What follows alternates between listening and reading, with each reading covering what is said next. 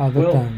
actually, what he says is that actually women were given positions to develop their minds in order to become more attractive to men. So it was rather self-serving.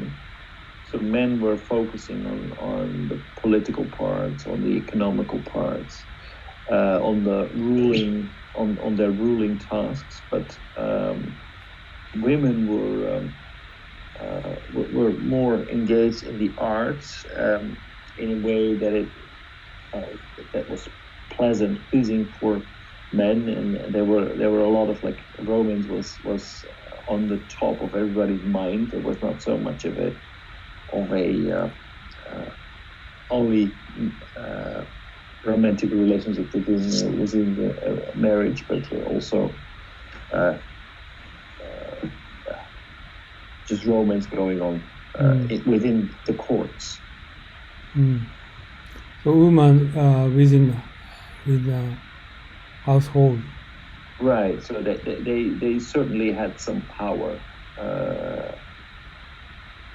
because men had so much time on their hand to actually obsess over women. Right. So what is the message for this video shows?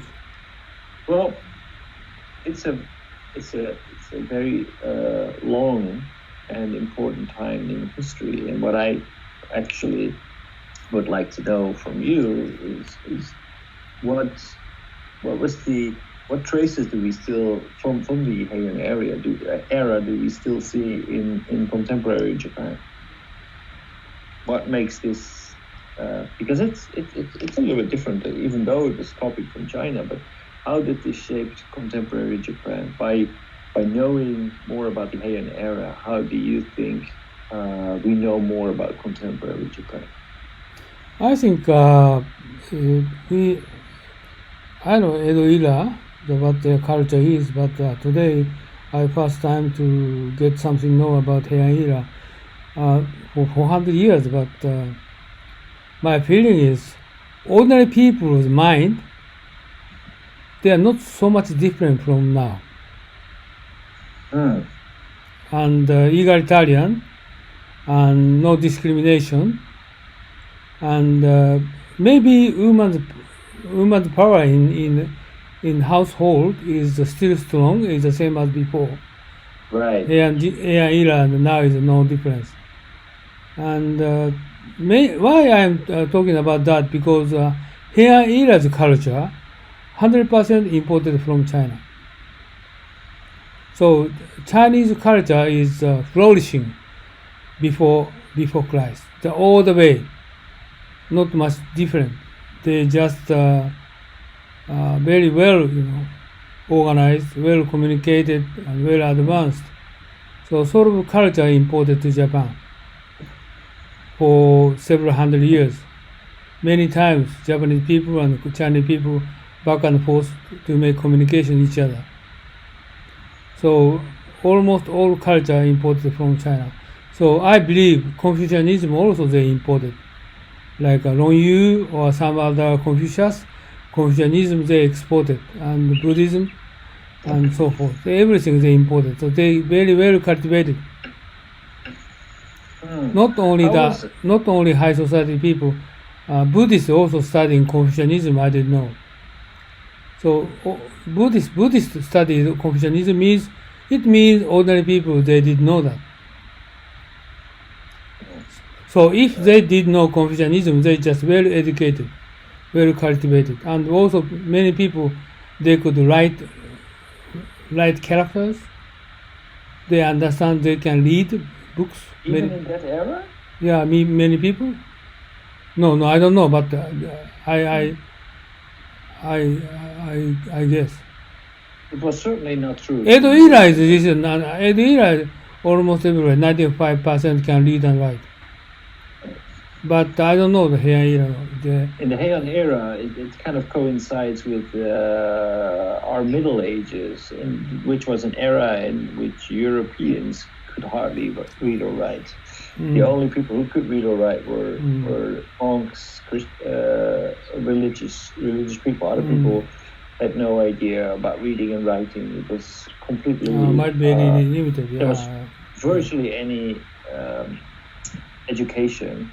It was a agricultural society, very little attention, and economic downfall. I mean, it was a constant period of economic downfall. Literacy rates were dropping over the years. So this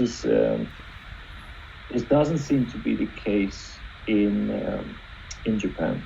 From Edo Tokugawa Ieyasu just spread the Japanese educational systems all over Japan. They give them education for the read and write. Not Heian era. You are right. Right. But I tell you, okay, at that time, 800 years, they are already completely similar to like China, right? So how was China doing economically? Were they superior to Japan at that time, or was the wealth per capita? Big at that time, big emperor, big country. They were at that time they were rich. They are strongest in the world. Right. So the average income per head in China was higher than that of the Japanese. Of course, 100 times. Right.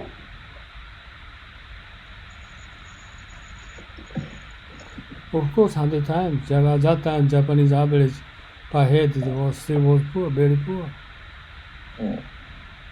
But everything copied from China. So not only high society people, but ordinary people, many kind of like merchant, some farming, know how to. The Japanese imported from China. So many people came to China for give Japanese people for education, training, and everything else. So to what extent did they actually adopt the Chinese culture and habits, and what extent of their culture remained indigenous to Japan? Because if that is already, that played such an important part, and they took so many ideas from China. How much of Japanese identity is strictly Japanese compared to what has been inherited from China? Everything they imported. Everything? Yeah, everything. Copy everything, I believe. Because China is, at that time, advanced country. Japanese is undeveloped country. So Japanese try to import everything.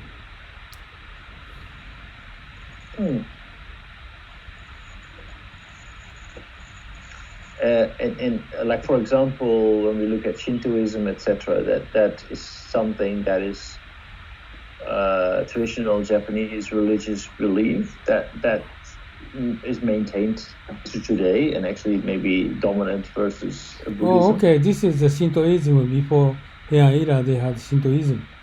They are written Japan history and emperor's history. The sort of Shintoism they had.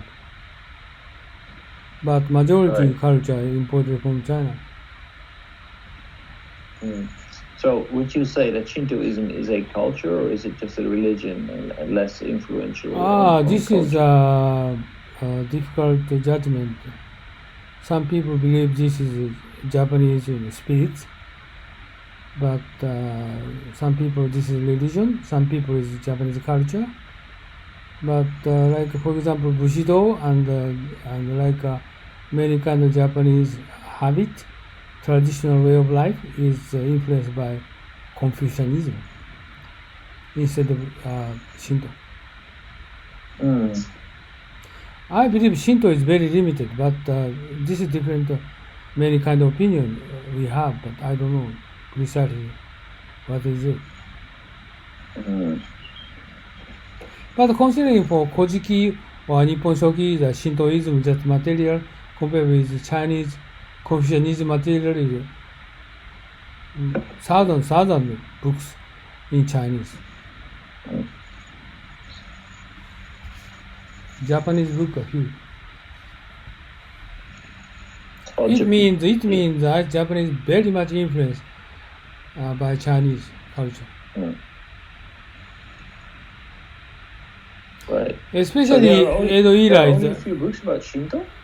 Huh? What? What did you say? There are only a few books dealing Yeah, with that's right. Shinto. Yeah, a few books compared with Confucianism, 1,000.